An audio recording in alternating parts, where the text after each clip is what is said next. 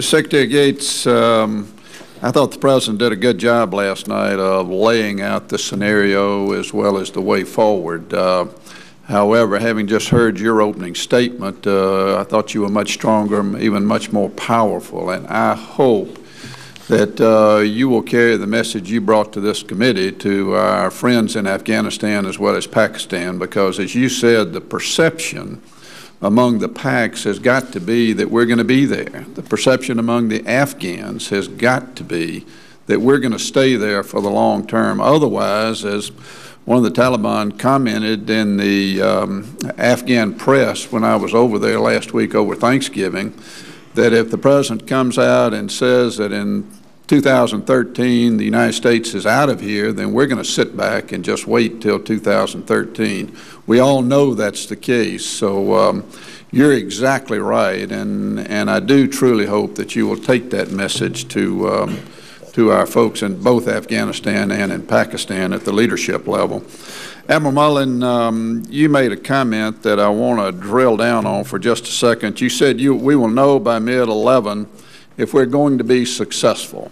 Now, let's assume that we are being successful. The General Clark is doing well down in RC South, that General Scaparati is doing well in RC East, moving against Haqqani, that the Pacs are stepping up in a greater fashion and helping us out.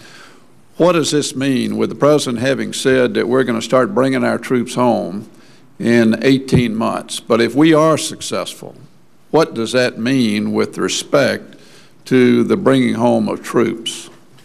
Senator Chambliss, you I think very accurately captured the overall situation. The Pacs have started to move. We've got a new government, a newly elected president in Afghanistan. We've got great commanders on the ground in our leadership. We've got an increased a level of support, not just in terms of numbers, but really support from our NATO allies. And we have a very unpopular insurgency with respect to the Afghan people. So I think there are great opportunities here over the next 18 to 24 months, and that one of the reasons it's so important to turn this, to get these troops there, is to, as I've said before, turn this insurgency around. And General McChrystal believes, General Petraeus believes, I believe we can do that over the course of the next 18 to 24 months. That will then provide an opportunity to get at the kind of transition as far as security responsibility and thinning of our forces, if you will, to start that. It's very difficult to know exactly what the conditions will be, but they will be, if we get this right, they'll be a lot better in the East and a lot better in the South, and provide us an opportunity to do that, which is why, and to on the other side, if we are unable to do that by then, I think we have to reassess our strategy.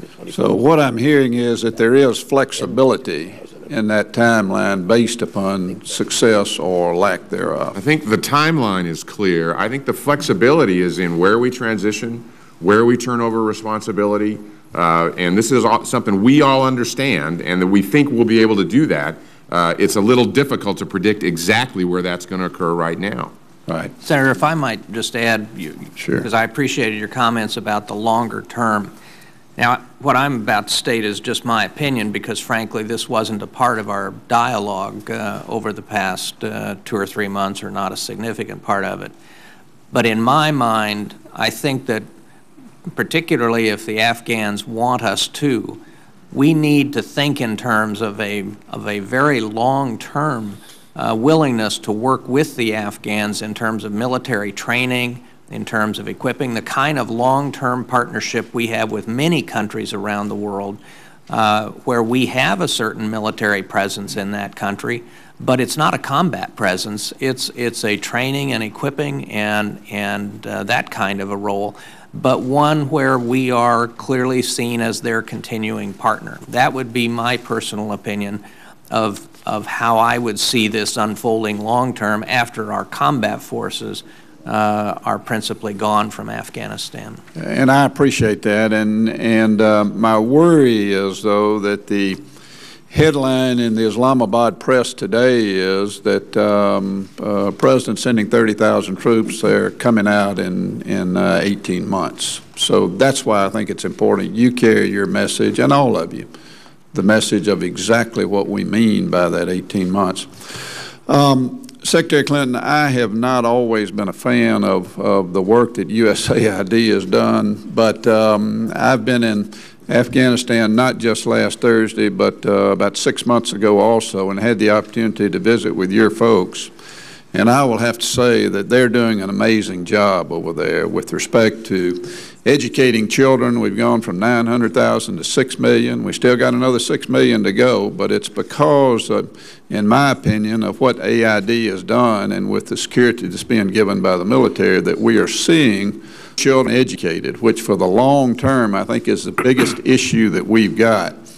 Now, I told your folks that while we're surging troops, and we assumed the other day that we knew what the President might say, and he did, but there also needed to be a surge on the civilian side, and you have indicated that you're plussing up those folks, same thing they told us the other day. But I worry about what's going to happen in 18 months.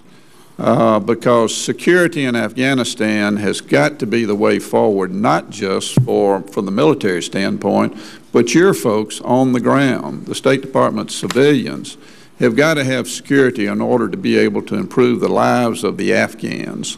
So I'd just like your comment on whether or not you think the levels you're talking about enough. Are you going to ask for more resources, for more people? Where do you see the way forward? Well, Senator, thank you for those very kind words, which are so well deserved by our people on the ground in Afghanistan and elsewhere.